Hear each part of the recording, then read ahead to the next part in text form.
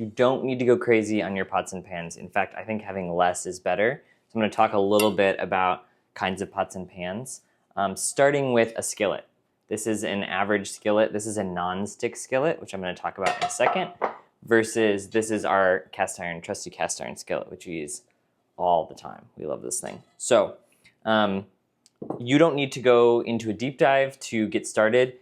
Get yourself a skillet. It's going to be fine. It's going to be a good place to start. However, if you do want to know a little bit more up front, you can start to think about what some of your options are in terms of buying a skillet. So first things first, cast iron, which is very popular these days because it does not have any, it's just iron. It doesn't have any chemical surfacing. It doesn't have any ceramic surfacing. There's nothing that can really come off into your food here.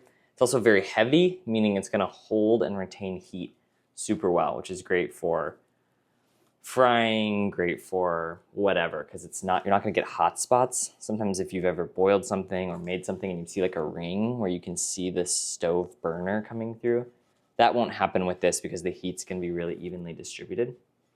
That being said, it's a bit more care and upkeep. I'm not going to go into how to care for cast iron in this episode, but we can talk about it in the future, and there's tons of videos on YouTube about this, so if you're curious. You can get these pretty cheap. This is like 40 or 50 bucks, Lodge pan on Amazon. And if you get one of these and you take care of it, you will have it for the rest of your life. You can have it many generations. You can find these at thrift shops or antique sales shops, you know, that are hundreds of years old. So as long as it's well maintained and taken care of, you can keep using these. So big proponent of a cast iron. That said, it's not the easiest to just like get started with because you have to learn how to take care of it and how to use it. It's a little different. That's where we're going to come in with our non-stick skilletware. So this is tri-ply. So it's different layers of metal that are kind of folded into layers so that you get really even heating. The pan is light, way lighter than this one. This one is way heavier. And it's still going to get relatively good heat distribution.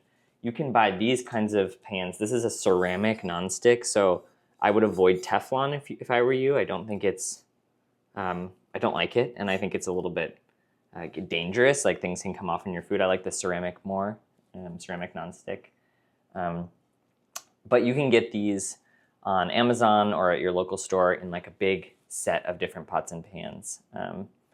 I don't have any stainless steel cookware, but that's another option. Really great, like All Clad. Is great, KitchenAid, that kind of stuff. They have really great skillets. So you're going to want a skillet that's about this big. This is probably like